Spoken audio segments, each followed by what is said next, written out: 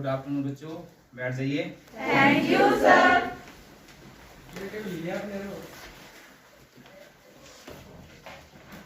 आज जिस चैप्टर हम पढ़ेंगे उससे पहले, जैसा कि हम हर मंथ करते हैं, हर मंथ एक गणित के वैज्ञानिक के बारे में जानकारी दी जाती है आपको, सो दैट कि आप भारत में जो गणित के वैज्ञानिक हैं उनके बारे में भी आपको जानकारी मिलती है। तो आज जिस वैज्ञानिक के बारे में हम जानेंगे उनका चित्र ये आपके सामने है। तो आप में से कोई बता सकता है ये चित्र किसका है? हाँ जी, कोई ऐसा बच्चा जो इस चित्र के बारे में बता सकता है? हाथ खड़ा करो। हाँ जी, भैया बोलो। रामानुज। और कोई बच्चा जिसको लगता नहीं कोई और है ये? बिल्कुल ठीक, इनका पूरा नाम जो है श्रीनिवास रामानुज है। क्या नाम है? श्रीनिवास रामानुज। बिल्कुल, ये भारतीय गणितज्ञ हैं और इनका जो जन्म है 22 दिसंबर 1887 को हुआ था और जो इनके गांव का नाम था इरोड था, जो कि तमिलनाडु में स्थित है। इनका जन्मदिन के उपलक्ष्य पर 22 दिसंबर को राष्ट्रीय गणित दिवस के रूप में मनाया जाता है। राष्ट्रीय गणित दिवस के रूप में मनाया जाता है हर साल। बट बहुत ही दुख की बात है कि इतने महान गणितज्ञ बहुत ही कम आयु में जो है इनका देहांत हो गया था। इनको क्षय रोग था, जिसके कारण इनकी मृत्यु 33 वर्ष की आयु में 26 अप्रैल 1920 को इनका देहांत हो गया। क्षय रोग की वजह से इनका देहांत हो गया था। जैसे कि आप सभी मेरा नाम जानते हैं, मेरा नाम विशाल चंद्र आजाद है। मैं राजकीय उच्च विद्यालय बस्तूरी में कार्यरत हूं। जैसा कि आप सभी बच्चे जानते हैं कि गणित एक बहुत ही इंटरेस्टिंग टॉपिक भी है, पर बच्चों के लिए ये थोड़ा सा मुश्किल भी माना जाता है। इसके पीछे कुछ रीजन भी हैं, तो आपको बताना चाहूंगा बच्चों कि गणित को हम कैसे सीख सकते हैं। गणित के लिए हमें पहले चाहिए एक्सरसाइज। एक्सरसाइज में तो हमें रोज कुछ ना कुछ उसके बारे में पढ़ना पड़ेगा। अंडरस्टैंडिंग, जो कंसेप्ट उसको अच्छी तरह से समझना होगा। ग्रुप डिस्कशन, आपस में एक दूसरे से डिस्कशन करना होगा कि आप आपस में एक दूसरे डिस्कस करें, ये प्रश्न कैसे हुआ, किस तरह से हुआ, कहां इसमें गलत हुआ जो है। उसके बाद फार्मूला कंसेप्ट, क्योंकि गणित बिना सूत्र से करना संभव नहीं है, सूत्र को समझना है। उसके बाद लर्निंग, जो सूत्र समझ लिया तो उसको याद भी रखना पड़ेगा। जब याद रखेंगे तभी हम उसको जब प्रश्न करेंगे उसमें यूज कर सकते हैं। उसके बाद लास्ट में आता है डेली प्रैक्टिस। जैसा कि मैं हर रोज कहता हूं कि जो पढ़ा है अगर उसको आप घर जाके पढ़ेंगे तो निश्चित तौर पर आपको गणित बहुत ही अच्छा लगेगा। कोई भी सब्जेक्ट हो, नॉट इवन गणित, अगर आप और सब्जेक्ट के बारे में भी, अगर जो आज स्कूल में पढ़ाया गया है, अगर आप उसको घर जाके रिवाइज करेंगे, निश्चित तौर पर आपके लिए हर सब्जेक्ट, हर विषय जो है बहुत ही इजी हो जाएगा। ठीक है बच्चों, तो इस आज हम जो टॉपिक पढ़ेंगे उस टॉपिक का नाम है पृष्ठीय क्षेत्रफल और आयतन। पृष्ठीय क्षेत्रफल और आयतन के बारे में हम पढ़ेंगे। आज इस पार्ट में जो हम पढ़ेंगे ये बहुत ही रोचक और मजेदार होने वाला है, क्योंकि ये हमारी जिंदगी से संबंधित कुछ ऐसे पहलू होते हैं। जैसे ये बेलन है, बेलन का आकार किस तरह का होता है? गोलाकार। इसके ऊपर क्या होता है? सर्कल होता है, वृत्त होता है। यहाँ पे क्या होता है? यहाँ पे वृत्त होता है, और दूसरी तरफ भी क्या होता है? वृत्त होता है। दोनों ही तरफ क्या होते हैं? वृत्त होते हैं। अगर आप इसी तरह से घन को देखेंगे, ये आपका घन है, घन है ना आपका। ये घन के बारे में भी पढ़ेंगे, पिछली कक्षा घन है। घन आपका ये क्या है? घन। उसके अलावा घनाभ,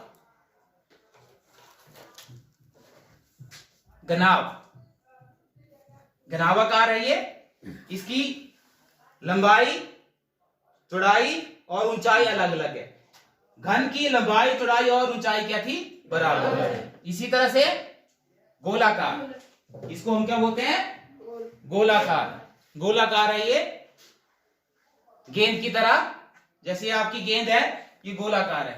इसी तरह से आगे शंकु, शंकु के लिए जैसे ये आपकी शंकु है,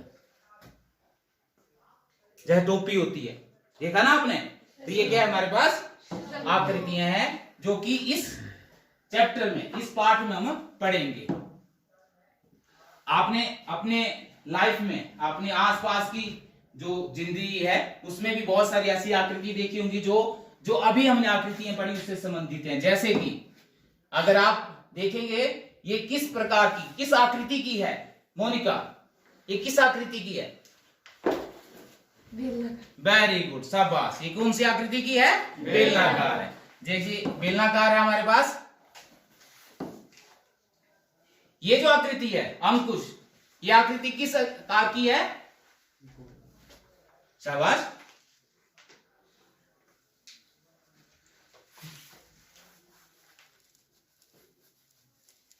गोलाकार। बिल्कुल सही। कौन सी अंकुश? गोलाकार। गोलाकार। वेरी गुड, बैठ जाइए। तो ये कौन सी आकृति है? गोलाकार है। अगली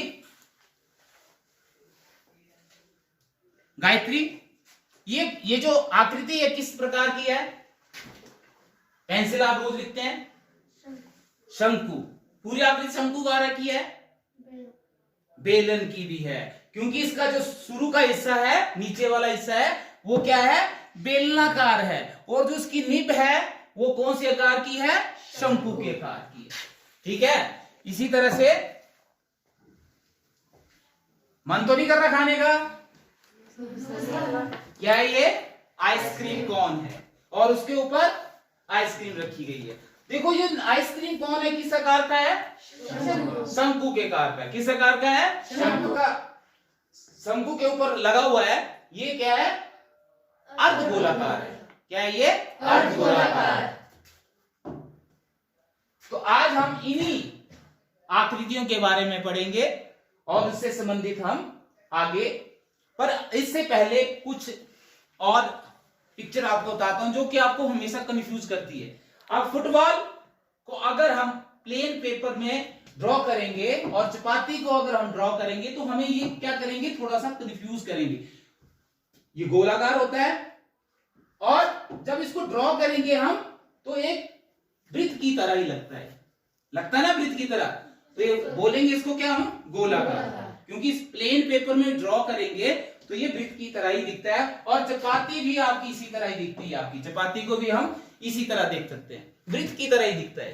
तो ये कुछ कंफ्यूजिंग आपके पास डायग्राम्स हैं।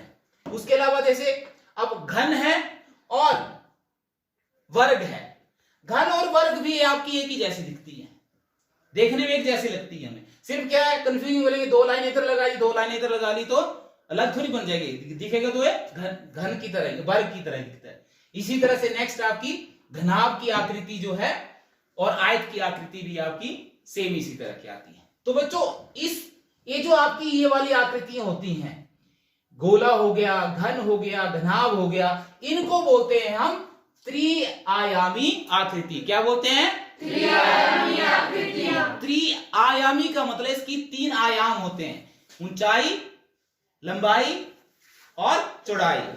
और ये जो आकृतियां होती हैं इनको बोलते हैं हम द्विआयामी। क्या बोलते हैं? द्विआयामी। तो द्विआयामी में सिर्फ 2 ही होते हैं, लंबाई और चौड़ाई के बारे में। तो आज हम इन्हीं से संबंधित कुछ प्रश्न या से सूत्र पढ़ेंगे।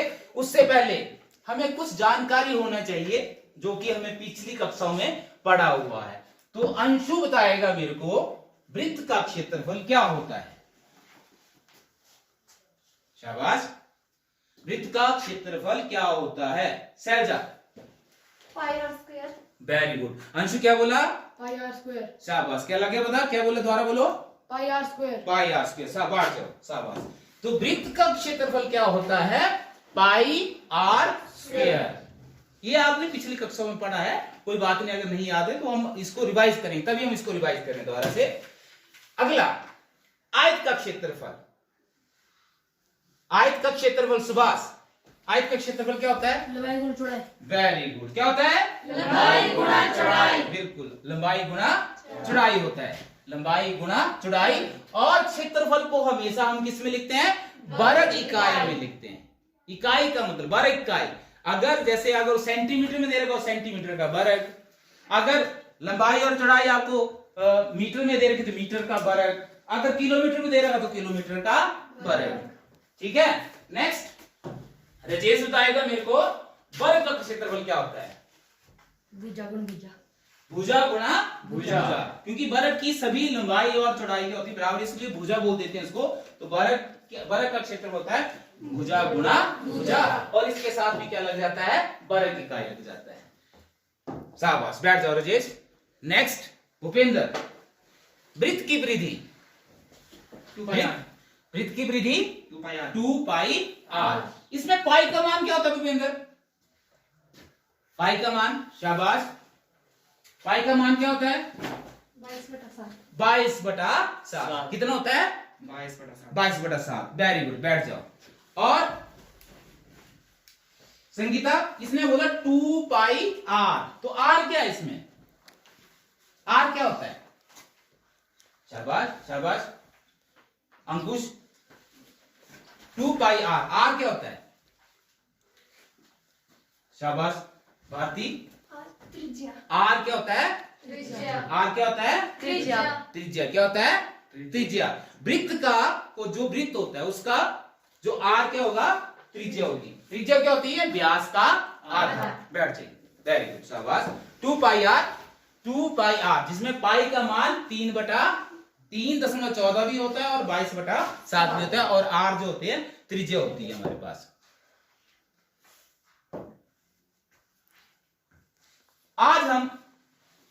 अब हम जो है चैप्टर जो शुरू कर रहे हैं उसमें घनाभ और घन के क्षेत्रफल के सूत्र को समझेंगे और उनसे संबंधित प्रश्नों को भी हल करेंगे। तो सबसे पहले आएगा घनाभ। जैसे कि मैंने पहले भी आपको घनाभ की आकृति के बारे में बताया, आपके आसपास बहुत सारे घनाभ हैं। जैसे ये ईंट है, ये ईंट है। इसके अलावा आपके इस कमरे के चारों ओर देखें तो आपके पास बॉक्स है, यहाँ पे ये भी आपका आयताकार है, अलमीरा भी आयताकार है। ये आपके पास ये जो बॉक्स है ये भी क्या है? घनाभाकार। इसके अगर इसका ध्यान से देखें तो इसके कितने फलक हैं? 6 फलक हैं। कितने फलक हैं? 6 फलक हैं। देखो यहाँ घनाभ के बारे में जानकारी दे रखी है कि 6 पृष्ठों से घिरी हुई आकृति जिसमें प्रत्येक पृष्ठ एक आयत होता है और सम्मुख पृष्ठ बराबर होते हैं, घनाभ कहलाता है। कितने कितने फलक होता है? 6। देखो बच्चों, यहाँ पे एक फलक, ये सामने वाला फलक है एक, इसके बैक साइड में 2, इसके ऊपर 3, इसके नीचे 4, ये वाला 5, इसके 6। अब यहाँ लिखा है कि सम्मुख पृष्ठ बराबर होते हैं। तो ये देखो, ये वाला और ये वाला, जैसे दोनों तरफ ये और ये क्या होंगे? बराबर। इस तरह से ऊपर और नीचे वाला भी क्या होगा? बराबर। ये वाला भी और ये वाला भी क्या होगा? बराबर। तो 6 आयताकार और क्या होते हैं? आयताकार फलक होते हैं। क्या होते हैं? देखो, अगर देखा जाए तो क्या बन गई? ये आयत बन गई ना। ये क्या बन गई? ये आयत बन गई आपकी। आयताकार होते हैं फलक। इसी वजह से ऐसी आकृतियों को हम बहुफलक भी बोलते हैं। इस आकृति को क्या बोलते हैं? हम बहुफलक भी बोलते हैं। क्या बोलते हैं? बहुफलक। आपके देखो किताब जो आपके पास बुक पड़ी हुई है, ये भी क्या है? किस तरह की है? घनाभाकार। किस तरह की है? घनाभाकार। और ईंट अभी बताई मैंने आपको, ये भी क्या है? घनाभाकार। दिया सलाई की डिब्बी, माचिस जलाते हैं ना आप घर में, आग जलाने की काम आती है।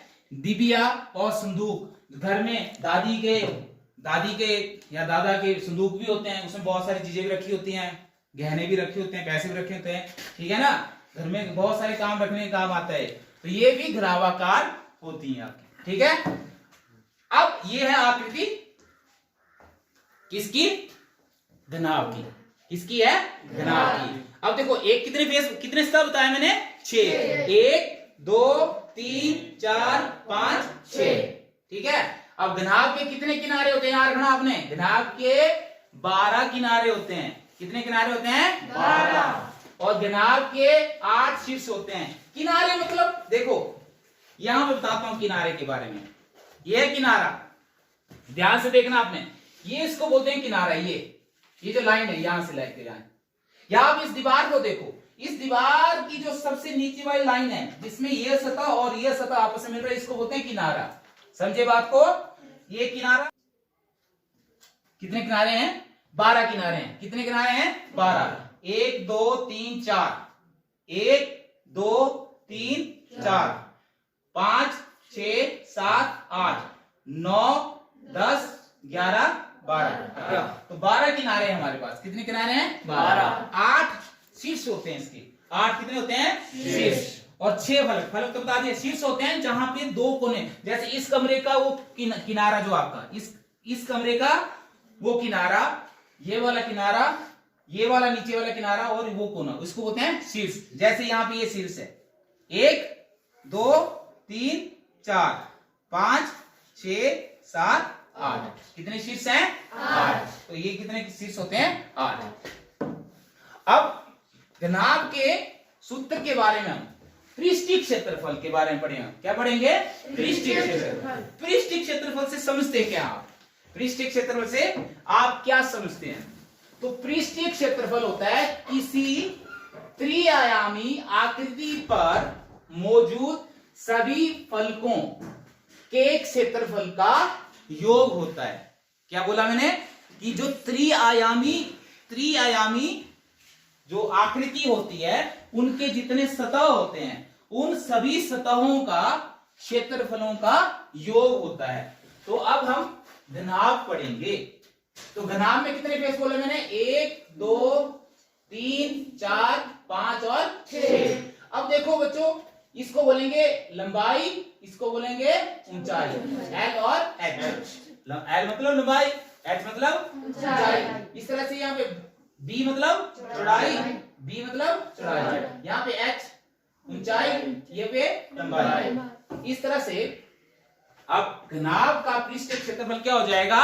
सभी फलकों का योग। सभी जो फलक है उनके क्षेत्रफलों का योग। फलक 1 का क्षेत्रफल, इसका क्षेत्रफल निकालेंगे। अब आयत का क्षेत्रफल क्या होता है? लंबाई गुणा चौड़ाई। तो यहाँ पे लंबाई कितने? L और चौड़ाई नहीं है यहाँ पे, दूसरी क्या भुजा है? H। तो लंबाई गुणा ऊंचाई हो जाएगी, लंबाई गुणा ऊंचाई हो जाएगी। यहां पे देखो, फलक 1 का क्षेत्रफल क्या हो जाएगा? फलक 1, ये फलक 1, लंबाई गुणा ऊंचाई, लंबाई गुणा ऊंचाई। इसी तरह से दूसरा फलक, ये दूसरा फलक, इसमें लंबाई और चौड़ाई यूज है। इसमें क्या है? लंबाई और चौड़ाई। तो यहाँ पे लंबाई गुणा चौड़ाई लिख दिया। फलक 3 में क्या हो रहा है? लंबाई और ऊंचाई। तो यहाँ लिखा है लंबाई गुणा ऊंचाई, क्योंकि सभी फलक जो घनाभ के हैं, घनाभ के सभी फलक किस तरह के हैं? आयताकार हैं। घनाभ के सभी फलक किस तरह के हैं? आयताकार। और आयत का क्षेत्रफल सभी जानते हैं क्या होता है? लंबाई गुणा चौड़ाई। मतलब जो दोनों आयाम हैं उनकी लंबाइयों का गुणा करना, यही है ना। इसी तरह से वही हो रहा है यहाँ पे। चौथा फलक है, चौथा फलक में क्या हो रहा है? लंबाई और चौड़ाई। तो लंबाई गुणा चौड़ाई हो गया। और 5वां फलक चौड़ाई और ऊंचाई, तो 5 चौड़ाई गुणा ऊंचाई। ठीक है। इसी तरह से अगला छठा फलक क्या हो जाएगा? छठा फलक ये है मेरे पास, इसमें क्या है? चौड़ाई और ऊंचाई, चौड़ाई और ऊंचाई। तो ये मेरे पास क्या हो जाएगा? घनाभ का पृष्ठीय क्षेत्रफल। पृष्ठीय क्षेत्रफल आपका क्या हो जाएगा? देखो, लंबाई गुणा लंबाई गुणा ऊंचाई। छोटे फॉर्म में लिख दिया। जमा लिखा ना यहाँ पे, पृष्ठीय क्षेत्र सभी को क्या करना है? जमा। सभी को क्या करना है? जमा करना है। तो यहाँ पे पहला दूसरे का क्षेत्रफल क्या है? लंबाई गुणा चौड़ाई। यहाँ क्या है? लंबाई गुणा चौड़ाई। उसके बाद प्लस तीसरा क्या था बच्चों? लंबाई गुणा ऊंचाई। तो यहाँ लंबाई गुणा ऊंचाई। चौथा लंबाई गुणा चौड़ाई, तो लंबाई गुणा चौड़ाई, जमा चौड़ाई गुणा ऊंचाई, और उसके बाद चौड़ाई गुणा ऊंचाई। सभी का क्या कर दिया हमने? योग। सभी का कर दिया योग। यही पढ़ा था। पृष्ठीय क्षेत्रफल क्या होता है? आकृति में मौजूद सभी फलकों के क्षेत्रफल का योग। सभी जो क्षेत्र थे, सभी जो सतह थे, उनका योग करना हमने। ठीक है। अब अब अगर आप ध्यान से देखें तो यहाँ पे लंबाई, जो लंबाई गुण ऊंचाई कितनी बार है? 2 बार है। कितनी बार है?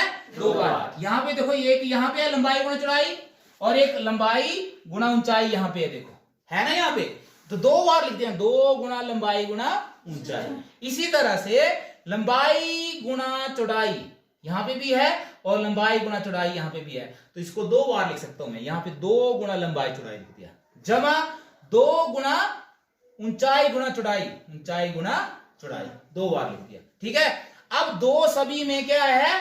कॉमन, तो हम इसको बाहर लिख सकते हैं और ब्रैकेट के अंदर जो चीज यहां पे लिखी हुई थी वो वापस लिख दी हमने। 2 गुणा लंबाई गुणा ऊंचाई जमा लंबाई गुणा चौड़ाई जमा ऊंचाई गुणा चौड़ाई। ये मेरे पास क्या आ गया? फार्मूला बन गया एक इसका पृष्ठीय क्षेत्रफल। इसको हम अगर थोड़ा सा L इंटू एच की फॉर्म में लिखना चाहते हैं उसको भी लिख सकते हैं, 2L गुणा एच जमा L गुणा बी जमा H गुणा बी की फॉर्म में भी लिख सकते हैं। सभी बच्चे इस फॉर्मूले को लिख लेंगे, ये और ये सभी अपनी कॉपी में लिख लेंगे। ये बहुत ही इंपॉर्टेंट है, प्रश्न जब करेंगे तो ये आपका यूज होगा, इसको हम इस्तेमाल करेंगे।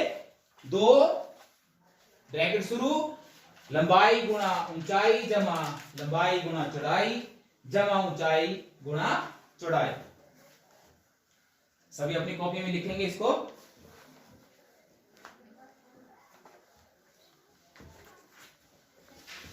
शाबाश।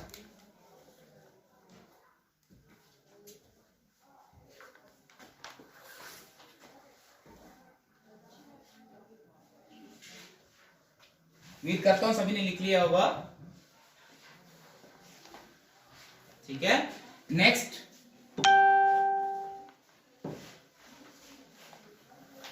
जैसा कि मैंने पहले भी बोला था आपको, क्षेत्रफल को हमेशा किस में मापा जाता है?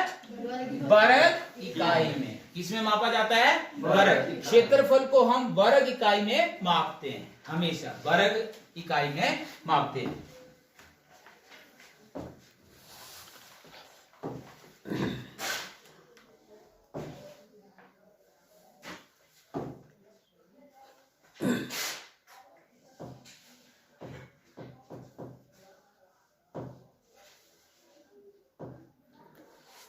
अब प्रश्न है आपका, एक घनाभ की लंबाई चौड़ाई और ऊंचाई क्रमशः 9 मीटर 2 मीटर 1 मीटर है। घनाभ का पृष्ठीय क्षेत्रफल क्या होगा? घनाभ का पृष्ठीय क्षेत्रफल क्या होगा? ठीक है, तो इसको आपने समझना है, लिखना नहीं है। अगला प्रश्न हम आपको जब करने के लिए दूंगा तो फिर आपकी कॉपी में याद करना है। इसको समझो, जब समझेंगे तो ऑटोमेटिकली आ जाएगा। नहीं तो आप लिखती बार क्या है, जब मैं समझा रहा हूं आप लिखेंगे तो फिर वो ध्यान कहां चला जाता है? लिखने में। मैं समझा रहा हूं वो उसमें ध्यान नहीं रहेगा आपका। तो आपका यहाँ पे घनाभ की लंबाई कितनी दे रखी है आपको? 9 मीटर। और घनाभ की चौड़ाई 2 मीटर और घनाभ की ऊंचाई 1 मीटर। ठीक है, अतः घनाभ का पृष्ठीय क्षेत्रफल फार्मूला लिखेंगे हम, क्या हो जाएगा? 2 ब्रैकेट शुरू लंबाई गुणा ऊंचाई जमा लंबाई गुणा चौड़ाई जमा ऊंचाई गुणा चौड़ाई। ये इसका फार्मूला हो गया, सूत्र हो गया। ठीक है, अब जहां लंबाई है, जो लंबाई का मान है वो लंबाई की मान में रख देंगे, जो ऊंचाई है वहां पे ऊंचाई का मान रख देंगे। ठीक है, तो 2 गुणा लंबाई कितनी है? 9 मीटर, तो 9 लिख दिया, गुणा चौड़ाई ऊंचाई कितनी है? 1 मीटर, 1 मीटर लिख दिया हमने। ठीक है, समझा रही बच्चों? ठीक है, अब जमा का चिन्ह जमा रहेगा, ब्रैकेट शुरू करेंगे, लंबाई का मान कितना है? 9 और यहाँ चौड़ाई का मान कितना है? 2। कितना है? 2। जमा ऊंचाई का मान कितना है? 1 और चौड़ाई का 2। तो लिख दिया हमने। अब इस ब्रैकेट के अंदर क्या लिखा है? क्या चिन्ह है? गुणा। तो 9 को 1 से गुणा करें कितना आएगा? 9। वही लिखा हमने। यहाँ पे 9 गुणा 2 कितना हो जाएगा? 18। वही लिख दिया हमने। और 2 एकम 2, तो इसको 2 एकम 2 लिख दिया हमने। अब यहाँ इस ब्रैकेट के अंदर क्योंकि हमें को का भाग जाना, को मतलब कोष्ठ, भाग मतलब भाग, ज भाग ग मतलब गुणा। ठीक है, और उसके बाद जमा और नफी। तो ब्रैकेट को पहले सॉल्व किया जाता है। कोष्ठ जो हमारे पास है इसको पहले हल किया जाता है। तो कोष्ठ के अंदर क्या है, किसका चिन्ह लगा हुआ है, जमा का। किसका चिन्ह लगा हुआ है, जमा। तो 9 जमा 18 जमा 2 को जमा करेंगे, कितना बन गया, 29। कितना बन गया, 29। 29 को 2 से गुणा किया तो कितना बन गया, 58। अब मीटर है तो मीटर का वर्ग लिख दिया, तो ये कितना बन गया, 58 मीटर वर्ग। ये हमारे पास पहले का आंसर आ गया। ठीक है,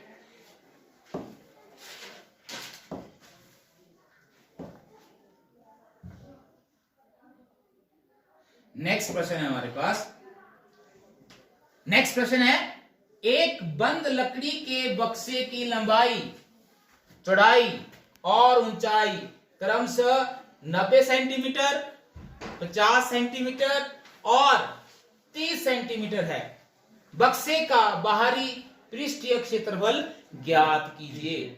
मतलब जो बक्सा है उसके जो बाहर का क्षेत्रफल है, पृष्ठीय क्षेत्रफल, उसको हमने ज्ञात करना है।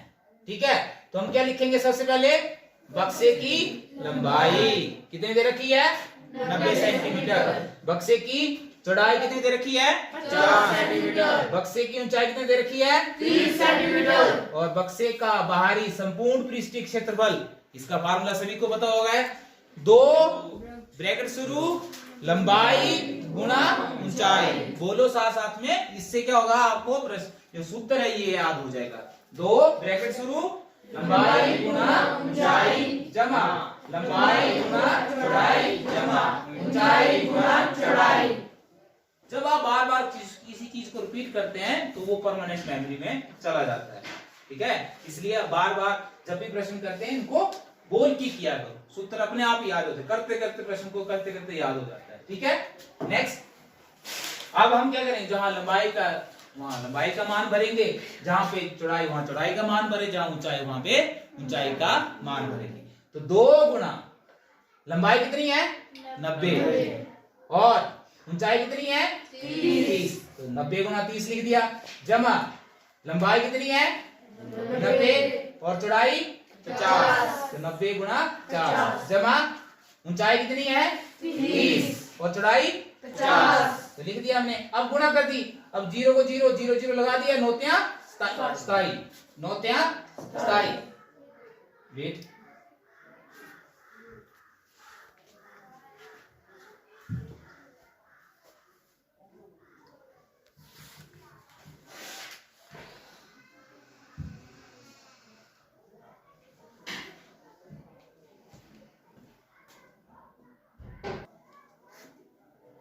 टू 700, ये 0 0 लग गया, यहाँ पे 9 स्थाई। जमा का चिन्ह जमा, यहाँ ब्रैकेट के अंदर सॉल्व किया, 0 और 0 2 0 लगा दी, 9 पंजे 45 9 पंजे 45 4 5 9 पंजे 45 0 0। ठीक है, प्लस यहाँ पे भी 2 0, यहाँ 2 0 लगी, 5 यहाँ 15। ये गुणा करने आपने अपनी तरफ से कर सकते हैं, इसको शॉर्टकट करके बता रहा हूं मैं। अब जब इन सभी को जमा किया तो ये बन गया 8700, 8700। ये आपने साइड में जमा कर लेना है। जब इन दोनों को गुणा करेंगे ये बनेगा 17400 मीटर वर्ग। ये मेरे पास किसका आ गया, ये दूसरे के प्रश्न का घनाभ का पृष्ठीय क्षेत्रफल आ गया मेरे पास।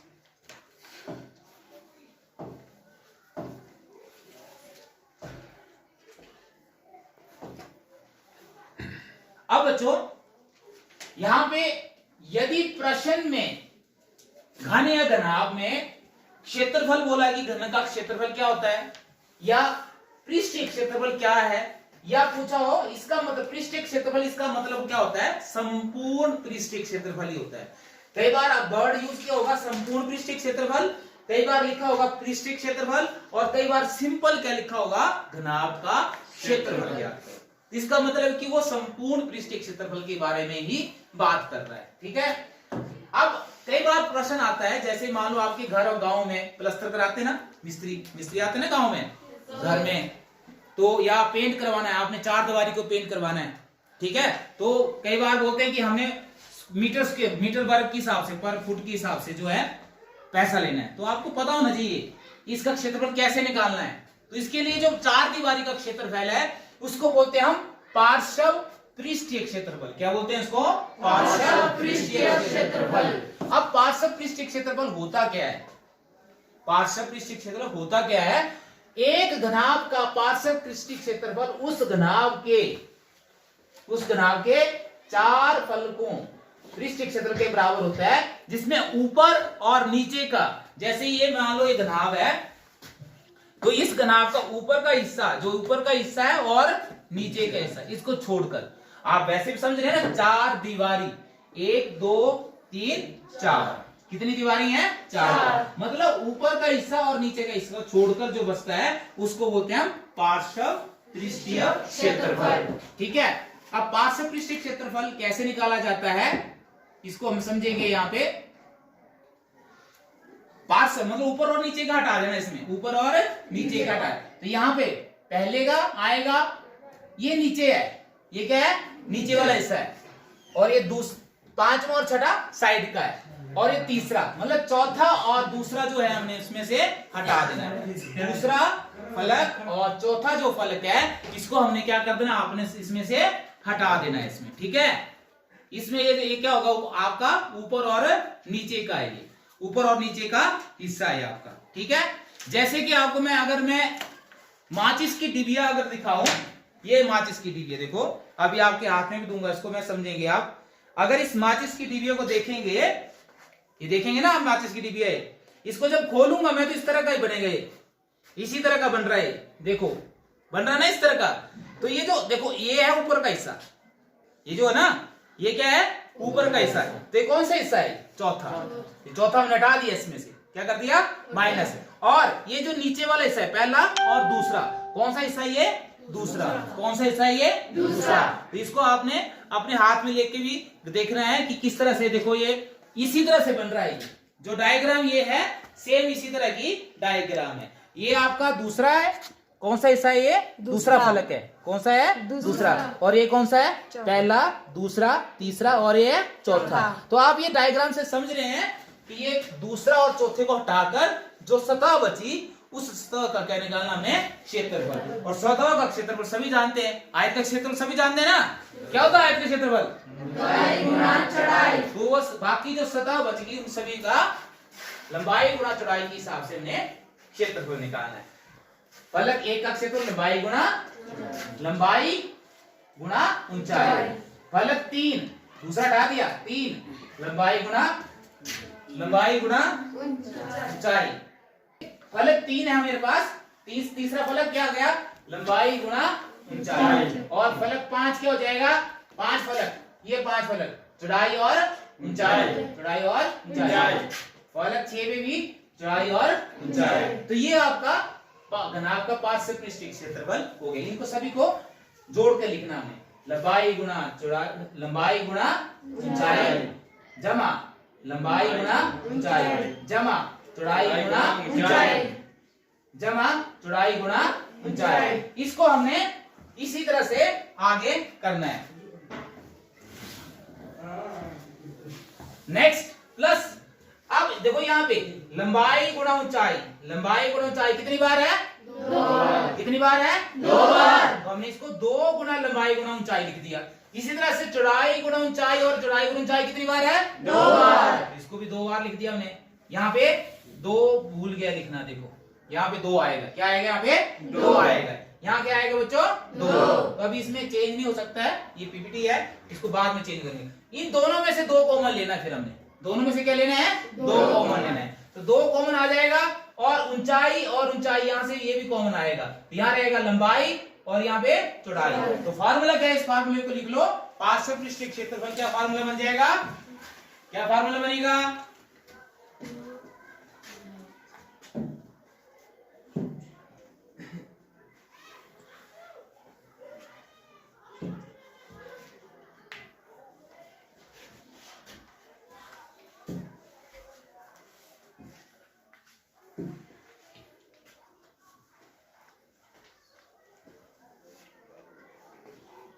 इस तरह से 2 आएगा बच्चों सभी। यहाँ पे भी 2 आएगा, 2 चौड़ाई गुना ऊंचाई, फिर दोनों में से 2 कॉमन लेके 2।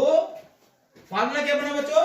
2 ऊंचाई ब्रैकेट में लंबाई जमा चौड़ाई, लंबाई जमा चौड़ाई, ठीक है, ये क्या बन गया, पार्श्व पृष्ठीय क्षेत्रफल का फॉर्मूला बन गया आपके पास है।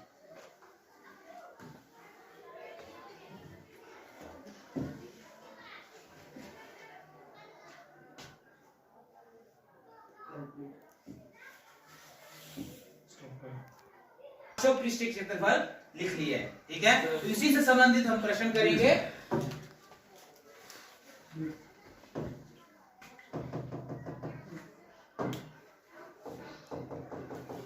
घनाभ का पृष्ठीय क्षेत्रफल, ये फॉर्मूला हमने लिख लिया है।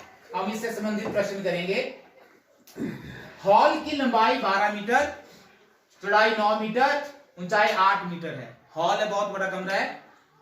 तो हॉल की 4 दीवारी का क्षेत्रफल ज्ञात कीजिए। 4 दीवारी का क्षेत्रफल पूछा है सिंपल इसमें अभी।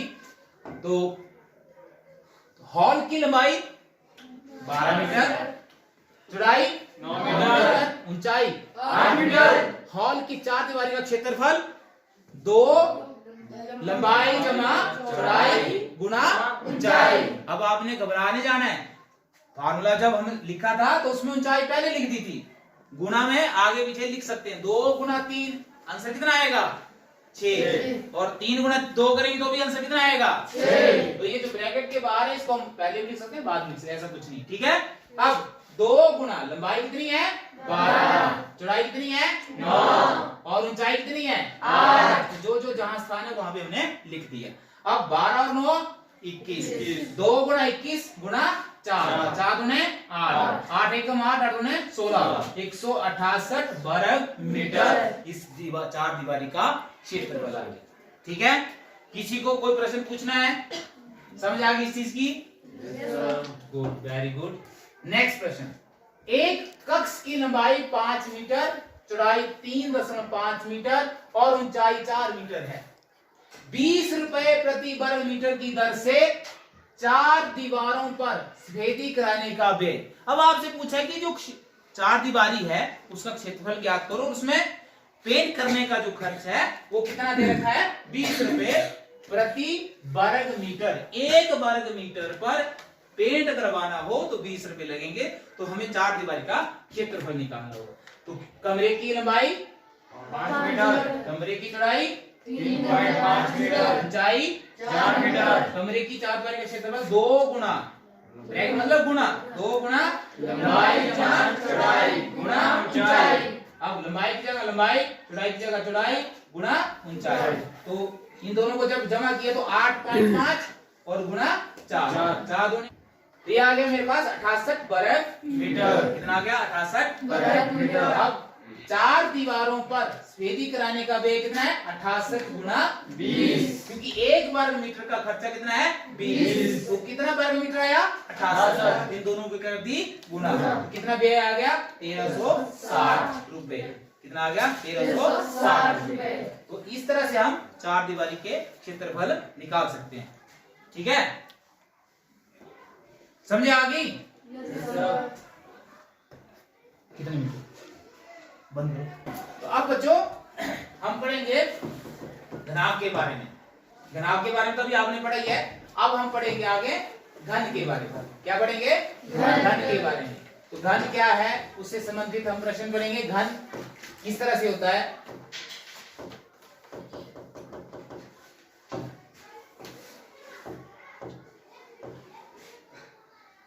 घन जो एक त्रिआयामी आकृति है जिसकी लंबाई चौड़ाई और ऊंचाई क्या होती है, समान। तभी यहाँ पे जो घन बनाया इसकी सभी भुजाओं के आगे क्या लिखा मैंने, ए। भुजा को ए मान लिया, बी बी सी डी कुछ भी मान सकते हैं। मतलब इसका मतलब कि इस भुजा की जो लंबाई है ए है, ए मीटर है, ए सेंटीमीटर, ए किलोमीटर है, एक बराबर है। तीनों क्या है इसमें बराबर। और इसमें भी कितने फलक होते हैं, 6।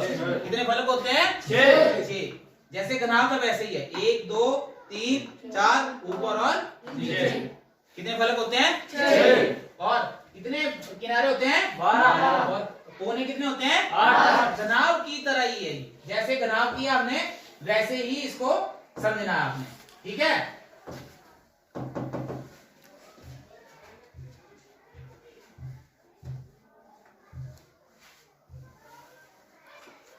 घन का पृष्ठीय क्षेत्रफल होता है फलक एक का क्षेत्रफल 2, 3, 4, 5, 6।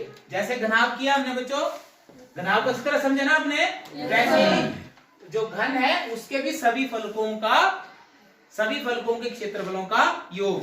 अब फलक एक क्योंकि साइड, सभी साइडें क्या होती है इसकी बराबर, घन की सभी साइडें क्या होती हैं बराबर, तो भुजा गुणा भुजा, भुजा को 2 बार गुणा किया तो भुजा का वर्ग। इसी तरह सभी का जब किया तो घन का पृष्ठीय क्षेत्रफल आ गया, सभी को जमा 1, 2, 3, 4, 5, 6। कितने फलक हैं ये 6, तो 6 गुणा भुजा का वर्ग हो गया। कितना हो गया 6 गुणा भुजा का वर्ग। ठीक है, तो इसी प्रकार हम अगर आपसे घन का पार्श्व पृष्ठीय क्षेत्रफल पूछा हो, क्या पूछा हो, पार्श्व पृष्ठीय क्षेत्रफल पूछा हो, तो आपके पास क्या आएगा, पार्श्व मतलब 4 भुजाएं, पार्श्व मतलब 4 भुजाएं। बताया ना घनाभ के केस में कि 4 दीवार का क्षेत्रफल होता है पार्श्व, क्या होता है, जिसमें ऊपर और नीचे जो फलक होते हैं उनको माइनस कर दिया जाता है, उसको हटा दिया जाता है। तो कितने फलक बच गए 4। तो यहाँ जैसे 6 था, यहाँ कितना आएगा 4 भुजा का वर्ग। क्या आ गया 4 भुजा का वर्ग। ठीक है,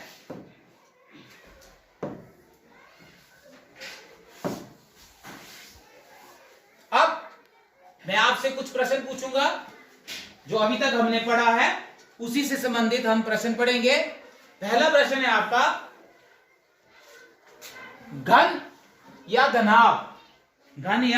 घनाभ कौन सी आयामी आकृति है, कौन सी आयामी आकृति है, द्विआयामी या त्रिआयामी? इसका उत्तर मेरे को कौन देगा, मनीषा? शाबाश बच्चा। घन या घनाभ कौन सी आकृति है, द्विआयामी है या त्रिआयामी है? द्विआयामी। भूपेंद्र कौन सी, त्रिआयामी। बिल्कुल सही, इसका उत्तर है 3 आयामी, त्रिआयामी। क्या है, त्रिआयामी। अगला जो प्रश्न है, बैठ जाइए, बहुत अच्छा। नेक्स्ट है, घनाभ का पृष्ठीय क्षेत्रफल क्या होता है? घनाभ का पृष्ठीय क्षेत्रफल हमने सूत्र निकाला ना अभी, उसका उत्तर क्या होता है?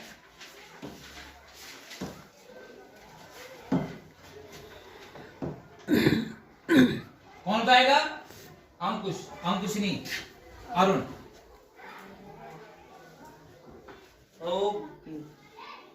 गुणा लंबाई जमा ऊंचाई गुणा, कौन बोलेगा? रिया। 2 गुणा लंबाई जमा चौड़ाई गुणा चौड़ाई जमा ऊंचाई, ऊंचाई जमा लंबाई। नहीं, अभी नहीं। संगीता? 2 ब्रैकेट लंबाई गुणा चौड़ाई, लंबाई गुणा ऊंचाई जमा लंबाई गुणा चौड़ाई जमा ऊंचाई गुणा चौड़ाई। ठीक है, लगा बता, दोबारा बोलो। 2 गुणा लंबाई गुणा ऊंचाई जमा लंबाई जमा चौड़ाई जमा चौड़ाई जमा ऊंचाई। नहीं, जमा गुणा, ध्यान से बोलो, दोबारा बोलो शुरू से। 2 गुणा लंबाई गुणा ऊंचाई जमा लंबाई गुणा चौड़ाई जमा ऊंचाई जमा चौड़ाई। ऊंचाई गुणा चौड़ाई। बैठ जाइए।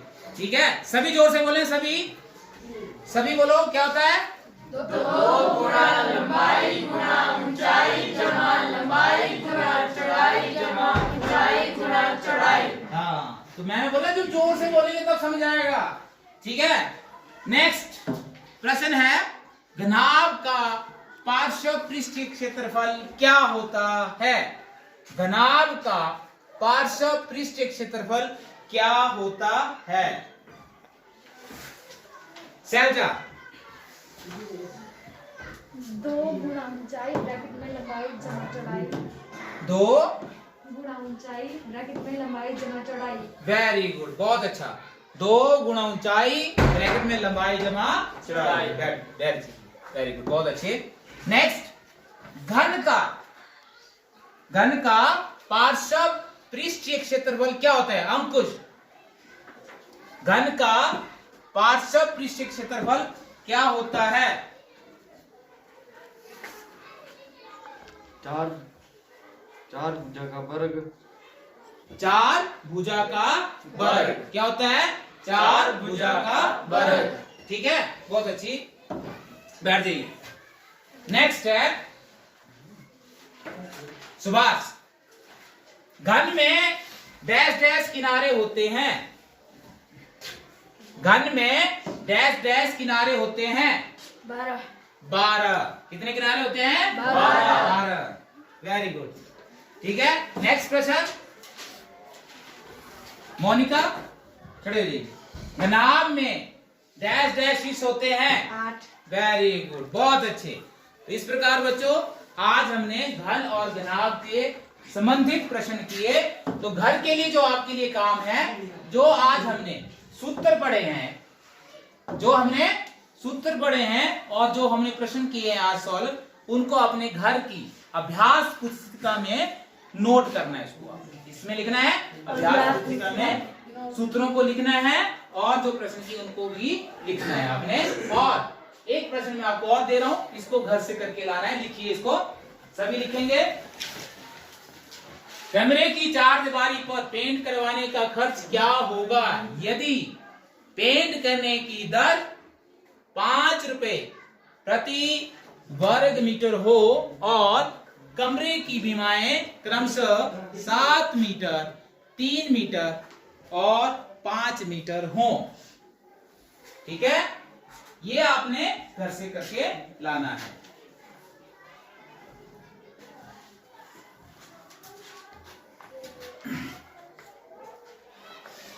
सबने लिख लिया? शाबाश। कमरे की 4 दीवारी पर पेंट करवाने का खर्च क्या होगा यदि पेंट करने की दर मतलब 1 वर्ग मीटर, 1 वर्ग मीटर। ठीक है,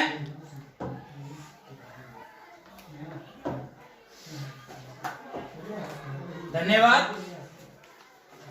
आज कुछ ऐसा करें कि कल आप खुद को उस काम के लिए धन्यवाद दे सकते हैं। तो आज आप क्या काम करेंगे? जो आपको पढ़ाया गया है उसको घर जाके आपने पढ़ना है। अगर आज पढ़ेंगे तो कल जब आप पास होंगे, अच्छे नंबरों से अच्छे नंबर लेंगे और सक्सेस होंगे लाइफ में, तो आप क्या करेंगे? आज के दिन के लिए क्या करेंगे? धन्यवाद करेंगे। इसलिए धन्यवाद।